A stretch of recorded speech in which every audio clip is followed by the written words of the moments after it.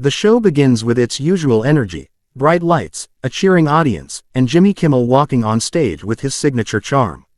He cracks a few topical jokes that get polite laughs, then quickly shifts to announcing his next guest. A legend, an icon, and the ultimate tough guy, please welcome Clint Eastwood. The audience erupts in applause as the theme music hits. Clint walks out slowly, confidently, wearing a sharp gray suit and his iconic squint. He gives a small wave to the crowd, nods to Jimmy, and takes his seat with a cool, composed demeanor.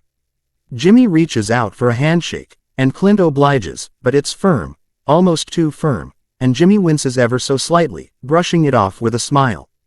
Jimmy starts by welcoming him, saying it's an honor to have such a revered figure on the show. Clint responds with a short, almost dismissive, "Yeah, thanks." The crowd chuckles awkwardly, unsure if it's part of the act or just Eastwood being Eastwood. Jimmy attempts to lighten the mood, tossing in a joke about Clint still looking like he could take down an outlaw with one glare. Clint doesn't laugh. Instead, he gives a slight nod, but his face remains unreadable, like stone. Jimmy senses the lack of warmth and pivots quickly, asking Clint about his latest film. Clint offers a brief explanation, choosing his words carefully and deliberately, almost like he's testing the room. As Clint speaks, Jimmy nods enthusiastically but keeps glancing at the camera crew, perhaps already aware that the vibe is far from his usual easygoing interviews. Clint's tone is measured and serious. The audience listens respectfully, but the energy is noticeably cooler. Every sentence from Clint seems calculated, like he's watching and waiting to see if Jimmy will slip into mockery. Jimmy tries again to inject humor, teasing Clint about directing action films in his 90s. "You ever think of retiring before your stunt doubles do?" he quips. A few people laugh, but Clint doesn't. His face tightens. There's a pause. "Why would I retire if I can still outwork half of Hollywood?" Clint says flatly, locking eyes with Jimmy. The tension is palpable. Jimmy stutters a bit, trying to recover. The band in the corner shifts uncomfortably, ready to fill any awkward silence. The audience laughs lightly, unsure of the dynamic. Clint leans back slightly, arms crossed now, his body language distant. Jimmy goes to his next card, but even the casual banter feels strained. It's clear this isn't going to be a typical fun night on the show. The entire studio seems to feel it, the air is different. Clint isn't here to play along. Jimmy, trying to regain control of the atmosphere, decides to steer the conversation toward more provocative territory, hoping to lighten things up with some classic late-night banter. He casually flips through his cue cards, then looks up with a grin and says, "You know, Clint, you've had a long career. Cowboys, cops, war heroes, and now, a bit of political firepower too. You ever think you might run for office? Maybe take on the presidency yourself?" The audience chuckles, some even cheer, expecting Clint to brush it off with a joke or witty comeback. But instead, Clint's expression hardens. He stares at Jimmy for a second too long. "You think politics is a joke?" he says slowly, his tone steady but icy. The crowd goes silent. Jimmy, caught off guard, gives a nervous laugh. No, of course not," he replies quickly. "I'm just saying, you've always had strong opinions, and people listen to you. I mean, remember the empty chair speech? That was something." He laughs again, trying to downplay it. Clint doesn't. "You keep bringing that up like it was some comedy sketch," Clint responds, his voice gaining a slight edge. "But that was about holding people accountable. That's what we're missing in this country. And if you can't see that, maybe you're part of the problem." The crowd murmurs, clearly picking up on the tension that's now cutting through the air like a knife. Jimmy shifts in his chair, still smiling but less naturally now. "Hey, I'm just the guy with the desk and a monologue. I ask the questions, Clint. People love when you speak your mind, but we've got to have a little fun with it, right?" Clint shakes his head slowly. "That's the problem, Jimmy. Everything's a joke to you people. Real issues, real values, you mock them under the bright lights, and everybody claps because it's easier to laugh than to think." There's an audible gasp from the audience. Jimmy's eyes narrow slightly, his professionalism pushing him to keep things smooth. "Clint, we're just having a conversation. I respect you, everyone here does. But let's not turn this into a lecture, okay?" Clint leans forward, elbows on his knees, eyes locked on Jimmy. Then don't invite me on your show if you want me to be some dancing puppet for ratings. The audience is dead silent. No laughter, no clapping, just tension. The cameras are still rolling, capturing every second of the escalating confrontation. Jimmy tries one last time to regain the upper hand, holding up his hands in a mock surrender. All right, let's take it down a notch. We're all friends here. But Clint doesn't blink. He's not here to be anyone's friend tonight. Clint sits back in his chair, his posture rigid, his gaze fixed on Jimmy with unwavering intensity. The silence following his last remark stretches uncomfortably, thick with unsaid words. Jimmy, determined not to lose control of his own show, chuckles nervously and looks toward the camera as if inviting the audience back into his rhythm. Okay, so this is definitely the most intense chat we've had in a while, he jokes, trying to lighten the mood. I guess Dirty Harry doesn't like being poked. A few strained laughs scatter from the audience, but the tension hasn't lifted. Clint doesn't laugh. He doesn't even flinch. You think I'm playing a character right now? Clint says, voice low, almost a growl. This isn't a movie, Jimmy. This is who I am. Always has been. Jimmy tilts his head, still smiling but with the kind of smile that doesn't reach the eyes. Clint, you've always spoken your mind. That's what people love about you. But we do things a little differently here. We laugh, we joke, we don't go full Rambo on each other. The crowd laughs again, louder this time, hoping the show is finding its footing. But Clint leans forward suddenly, pointing a finger at Jimmy, voice rising just enough to pierce the atmosphere. Don't twist this into some act, he snaps. People like you, comfortable, safe, behind the lights, you push this narrative that standing up for values is extreme. That caring about this country, about truth, makes someone a relic or a threat. Jimmy stiffens, his smile gone now. Clint, that's not what I'm saying at all. You're putting words in my mouth. Clint's eyes flash. You mock people like me in your monologues. Every night. That smug tone, the eye rolls, the cheap applause, it's all part of the same game. You invite guests like me here to parade around, then you expect us to play nice while you take potshots disguised as jokes. Jimmy tries to interrupt, but Clint keeps going, his voice unwavering. I've watched your show. You've done this before. You pretend to respect your guests, then undercut them with sarcasm. You talk about inclusion, but only if it fits your narrative. The moment someone says something you don't like, you frame them as outdated, out of touch, or dangerous. The audience is stunned, caught between fascination and discomfort. Cameras continue rolling, capturing every word, every glare, every twitch in Jimmy's jaw as he restrains himself. Jimmy finally speaks, voice tight but calm. Clint, you're entitled to your opinion, and I'm not here to silence anyone. But I also have a platform, and it's my job to challenge people when I think they're wrong. That's not mockery, it's discussion. Clint shakes his head slowly. No, it's entertainment. You sell controversy dressed up as conversation. And when someone pushes back, you pretend they're overreacting. Well, I'm not here for your game, Jimmy. There's a flicker of surprise in Jimmy's eyes. He didn't expect this level of pushback. He looks toward the control booth, where the producers are already exchanging nervous glances. The live feed is running, and cutting to commercial now would look like a retreat. Jimmy clears his throat, attempting once again to wrest control. All right, let's reset here. You've clearly got a lot to say, and I respect that. But this is still a talk show. Maybe we can talk without turning this into a courtroom drama. But Clint isn't done. He folds his hands together and speaks, quieter now, but with the weight of conviction behind each word. What I'm saying, Jimmy, is that people are tired.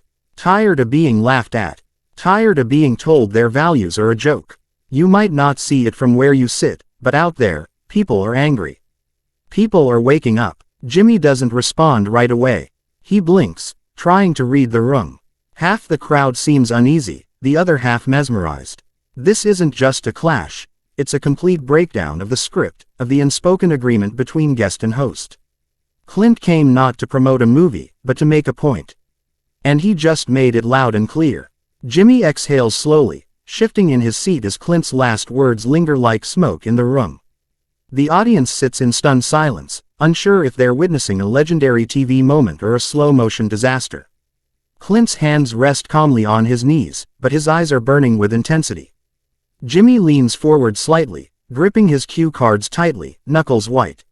"All right," he says, voice flatter now, "I think we've all made our points." He forces a chuckle, but no one laughs with him this time. The playful rhythm of the show is gone, replaced by something raw, unpredictable. Clint doesn't move. His stare is unwavering. "You don't want a real conversation, Jimmy," he says slowly. "You want a segment. You want clips. Something viral you can spin for views." Jimmy holds his ground, his smile now completely gone. "Clint, you've been in this business longer than I've been alive. You know how this works. If you didn't want to be here, why did you agree to come on?" Clint lets the question hang for a moment, then answers with deadly calm. "I came here thinking there was still room for honest dialogue. I see now that I was wrong." There's a shift in the air, subtle but sharp, as a shadowed figure at the edge of the stage steps forward, one of the producers, earpiece glinting under the studio lights. Another producer stands near the curtain, whispering into a headset. Security is on alert, not because Clint is violent, but because something is clearly escalating beyond control. The show's rhythm is broken, the teleprompter script abandoned. Jimmy, sensing movement behind the cameras, holds up a hand discreetly, signaling them to stay back. He doesn't want this to spiral. Not yet, but Clint notices. He turns his head slightly, catching the security guard in his peripheral vision. He gives a bitter smile. "So that's where we are now. You don't like the conversation, so you bring out the muscle." Jimmy quickly responds, "No one's bringing out anyone. Let's just take a breath, okay?" His voice is tense, trying to hold the reins, trying to keep things on track. Clint slowly reaches up and unclips his microphone, the subtle click echoing unnaturally in the silence of the room. The audio technician in the corner freezes. Jimmy watches, eyes wide. "I'm not going to sit here and be part of this circus," Clint says. His voice is calm, but final. The audience is frozen, watching a living legend reject the machinery of the modern talk show in real time. One of the producers makes a step toward Clint, but he raises his hand, not in anger, just with firm resolve. "Don't," he says. "I can find my way out." Jimmy speaks up quickly. "Clint, come on. We can still finish this with respect. I didn't mean to upset you." Clint looks directly at him. "You didn't upset me. You disappointed me." It's a gut punch of a line. Jimmy blinks, taken aback by the weight of it. The audience lets out a collective breath they didn't realize they were holding. For a moment, neither man speaks. Clint stands slowly, adjusting his jacket, and begins walking toward the side of the stage. The cameras stay on him, unsure whether to cut, pan, or fade to black. Jimmy watches him go, then turns to the camera, trying to find the right words, but everything feels artificial now. As Clint reaches the edge of the stage, the security staff quietly steps aside.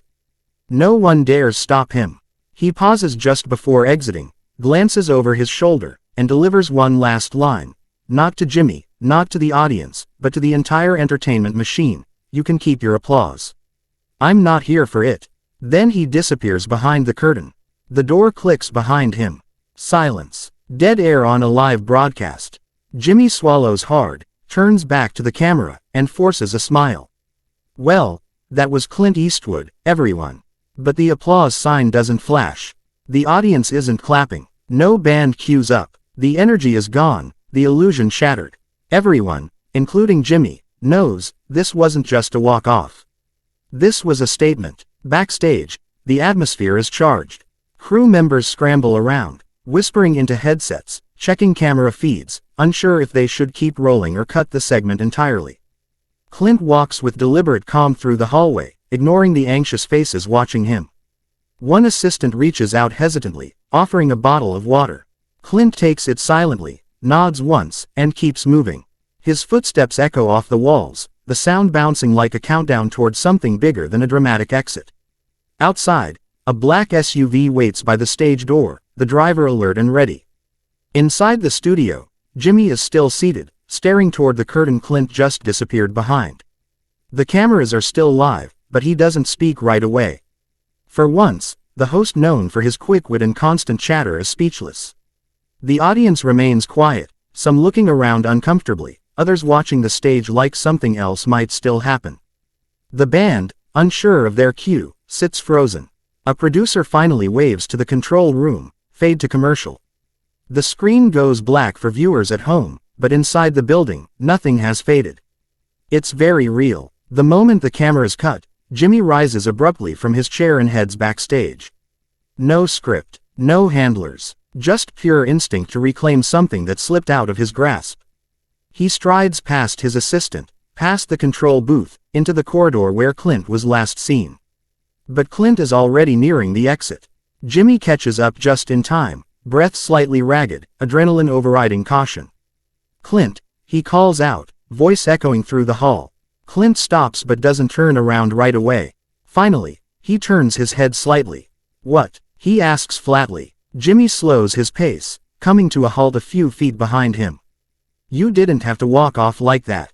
Clint turns fully now, his expression unreadable. "What else was I supposed to do?" Jimmy holds his hands out, voice calmer now. "We disagree. It happens. But that was live. That's not how this works." Clint narrows his eyes. "Exactly. That's not how I work either." For a moment, they're just two men standing in the quiet after a storm, both products of very different times, both trying to decide whether to bridge the gap or let the silence stand. Jimmy tries again. "You came here to talk about your movie. We barely even mentioned it." Clint shrugs. "Maybe it didn't matter. That hits harder than expected." Jimmy nods slowly. "Look, maybe I crossed a line. Maybe I pushed when I should have listened. But you didn't make it easy." Clint leans slightly toward him. "I didn't come here to be handled. I came to be heard. And if that makes people uncomfortable, maybe they needed to be." Jimmy sighs, finally understanding. "You weren't here to sell. You were here to say something." Clint gives a small nod. "Now you're getting it." A beat passes between them. It's not warm, but it's real. Jimmy steps back, letting Clint move toward the SUV. The driver opens the door, and Clint climbs in without another word. As the vehicle pulls away, Jimmy stands in the alley, watching it disappear into the night. Back inside, producers are already debating how to edit the segment, how to spin the moment for headlines. But Jimmy knows some things can't be polished. Some moments refuse to be framed neatly. Later that night, social media erupts. Clips of the confrontation go viral within minutes. Opinions divide sharply. Some call Clint a hero for standing his ground. Others accuse him of disrespect. Some defend Jimmy's professionalism, others call it arrogance. Hashtags trend. Memes spread. The internet does what it always does, turns everything into spectacle. But somewhere in that noise, a real conversation begins. About truth. About performance. About the price of authenticity in a world addicted to applause. And neither man says a word about it that night. Clint is gone, silent as always. Jimmy returns to his dressing room, exhausted, staring at his reflection in the mirror. He knows tomorrow will bring producers, press, and a mountain of think pieces. But for now, he sits in the quiet, understanding what just happened was bigger than TV. It was personal, and the whole world saw it unfold.